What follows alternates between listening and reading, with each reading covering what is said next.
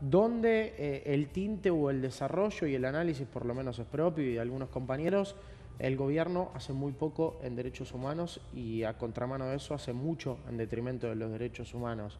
A esta altura del año, ¿en qué análisis nos posicionamos respecto a esta circunstancia? Bueno, sí, coincidimos con esa perspectiva. Nosotros venimos viendo con mucha preocupación desde HIJOS y el conjunto de organismos de derechos humanos en Argentina las decisiones judiciales, ¿no?, en torno a los juicios por crímenes de lesa humanidad. Hubo un intento de institucionalizar el 2x1, que era como un indulto masivo, terminaba funcionando como un indulto masivo, que se frustró por la movilización. Pero lo que sí está sucediendo es que de manera muy sistemática los genocidas ya condenados están pidiendo prisiones domiciliarias. Y en la mayoría de los casos los jueces de primera instancia o de casación se las están otorgando. Entonces tenemos, por ejemplo, la situación paradójica de que en Tucumán, donde se acaba de juzgar hace 2 semanas el operativo Independencia, ese tubo de ensayo represivo que llevó adelante Domingo Bussi cuando fue jefe del ejército en el año 75, antes de la dictadura, exactamente. Hubo 7 absoluciones de los 17 imputados. Y además me enteré, porque fui a acompañar la sentencia, en Tucumán hay solamente un genocida detenido en un penal, que es el de Villa Urquiza. Todos los demás genocidas, que son muchos, porque hay una cantidad enorme de desaparecidos en Tucumán, están con prisión domiciliaria. Prisión domiciliaria que nadie se encarga de asegurarse que se cumpla, exactamente, claro. ¿No? Como Milagro Sala, que está rodeada de gendarmería, claro, que le armaron una cárcel en su casa, ¿no? Son prisiones domiciliarias donde a veces no tienen ni siquiera pulsera electrónica o tobillera como para verificar que eso se está cumpliendo. Ayer hubo una sentencia en Bahía Blanca importante en la mega causa, eran 31 imputados, hubo 21 condenas a perpetua y una absolución. Las compañeras y compañeros que tenemos en Bahía Blanca estaban conformes con esta sentencia. Es decir, que tampoco es unívoco el comportamiento del Poder Judicial, ¿no? Ahora estamos muy expectantes porque suponemos que a fin de mes va a conocerse la sentencia de la mega causa ESMA 3, que es la más grande de todas, son 798 casos, 68 genocidas imputados, 5 años tardó esa causa. Ayer se conocieron las palabras finales de uno de los médicos, de Cavallo, de Gabriel Cavallo, y de Astiz, Alfredo Astiz, que fue una provocación atrás de la otra, ¿no? Alfredo Astiz no solo volvió a reivindicar lo actuado durante la dictadura, dijo que no va a pedir perdón porque lo que hizo lo hizo en defensa de la patria, que debió haber sido juzgado por un tribunal militar, pero lo más grave, bueno, como si esto no lo fuera, o sea, todo es grave, ¿no? Pero a mí lo que me llamó la atención es que además se puso a hacer como una especie de análisis político de la realidad hoy en Argentina. ¿De la actualidad? De la actualidad. Y dijo que en el sur había grupos secesionistas que están en articulación con el terrorismo internacional, aludiendo a los mapuches, ¿no? Y que la gendarmería había actuado muy bien y la respaldó a Bullrich. Entonces, viste esta idea de que el pasado no es nada más que lo que pasó hace 40 años, sino que tiene que ver con nosotros todos los días. Sí. La verdad es que es muy preocupante que se sientan habilitados a volver a decir estas cosas, ¿no? Y bueno, ni te digo las barbaridades que se escuchan en los juicios cuando se refieren a las y los desaparecidos, ¿no? En esta causa, ¿cuántos imputados marcabas? 68. Sí, así que bueno, hay mucha expectativa porque es importante que en este contexto, cuando ellos salen a decir estas cosas y hacer apología de los delitos que cometieron, los tribunales sean conscientes de que lo que van a sentenciar lo estamos mirando todos y todas, ¿no? O sea, el Poder Judicial ha tenido durante la dictadura un rol de complicidad, de encubrimiento, sí, ¿no? No respondían los habeas corpus, no investigaban. Si el Poder Judicial hubiera actuado de otra manera, no hubiera habido 30.000 desaparecidos.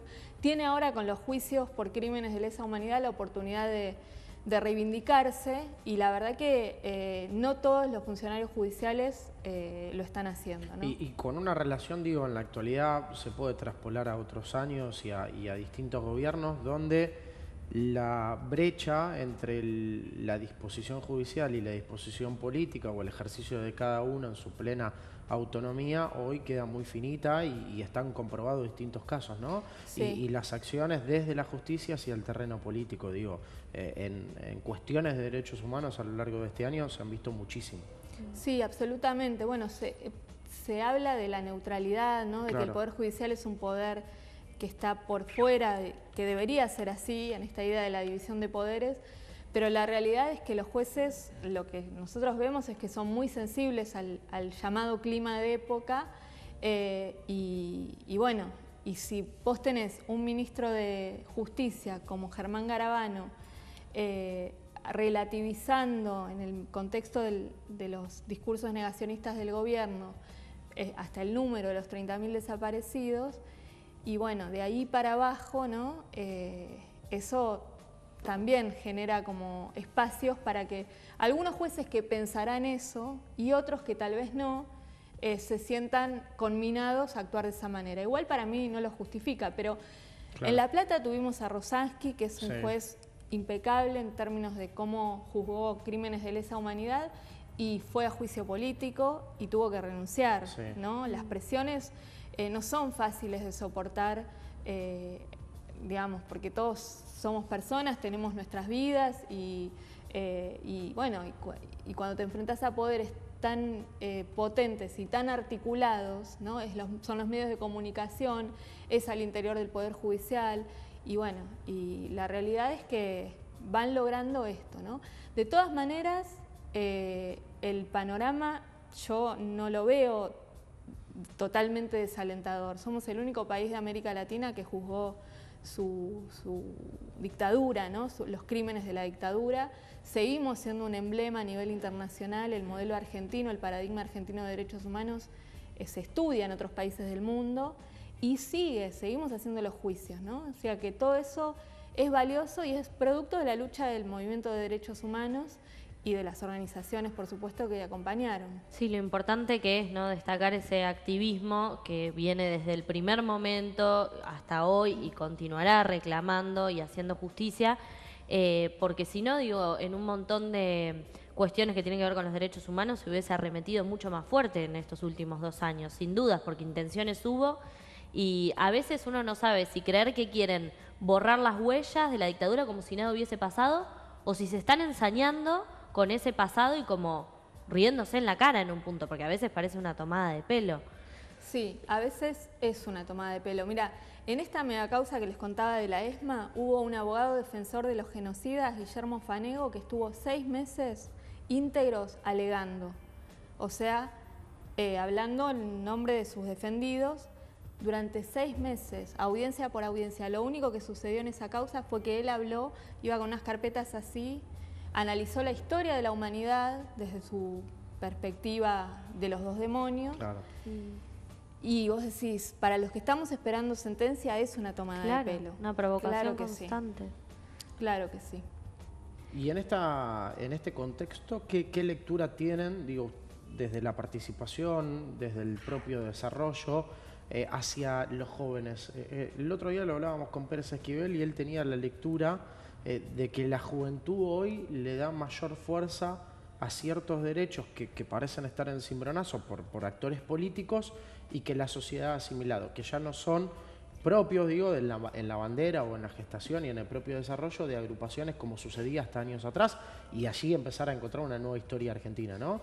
Sí. Hoy vos lo ves mecánico en la juventud, digo, no en un todo, ¿no? Como pasa en distintos aspectos. Claro, pero creo que sí, las generaciones de los chicos que tienen, no sé, hoy 16, 17 años, 20, que prácticamente vivieron toda su vida en democracia, pero además vivieron la experiencia de un gobierno nacional y popular que amplió los derechos de los propios jóvenes, ¿no? Con lo del voto a los 16 años, el matrimonio igualitario, montones de cuestiones que realmente transformaron la vida y la hicieron más libre, ¿no?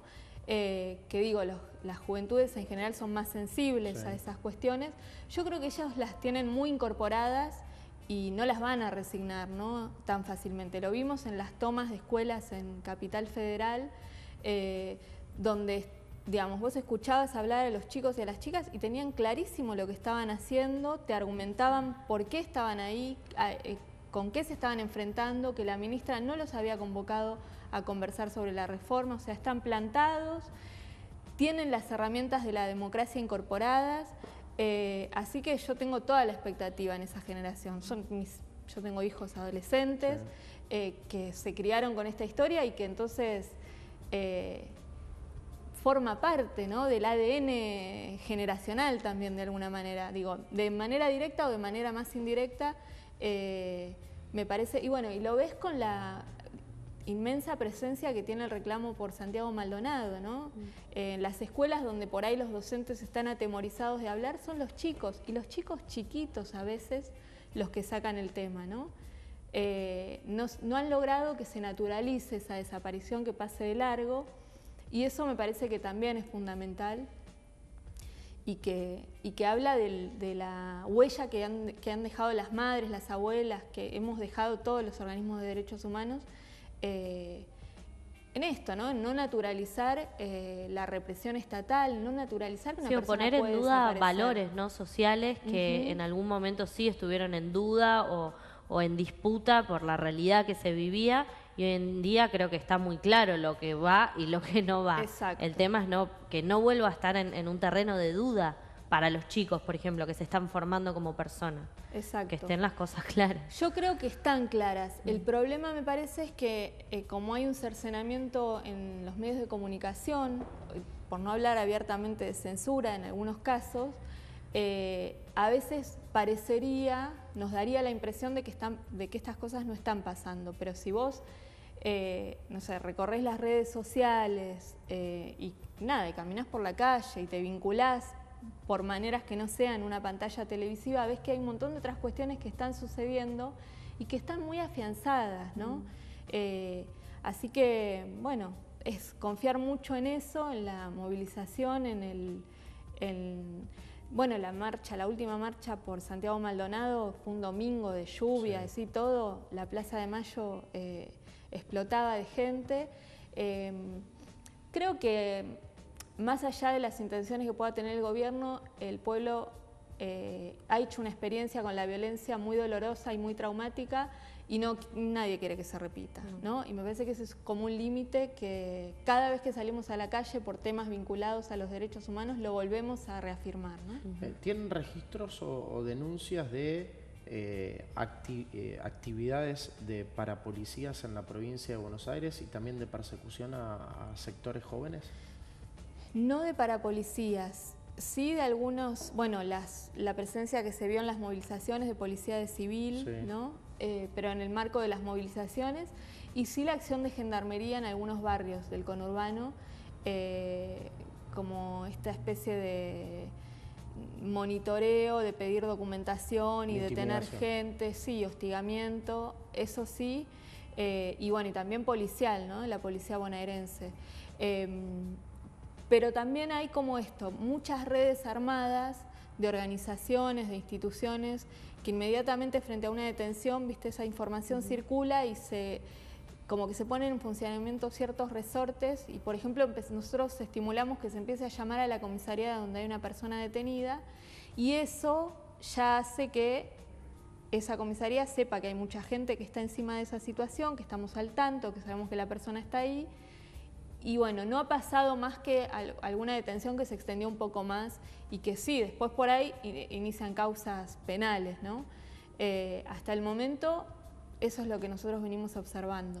Con mucha alarma igual, ¿no? Porque sí, claro. La verdad que ser joven y pensar que si salís, nosotros lo vivimos en los 90 también, tenés que estar con el documento, que por ahí, nada, por ir a bailar, ir a un recital, ni siquiera estoy hablando de ir a una marcha, capaz que te detienen, la verdad que no es agradable, no es el país que queremos. No tenemos por qué estar con ese miedo o esa persecución. Exactamente, no, y tampoco, en realidad tampoco tienen argumentos, porque ahora en la provincia de Buenos Aires solamente te pueden demorar por 12 horas, ni un minuto más, para averiguar o confirmar tu identidad, y no tus antecedentes.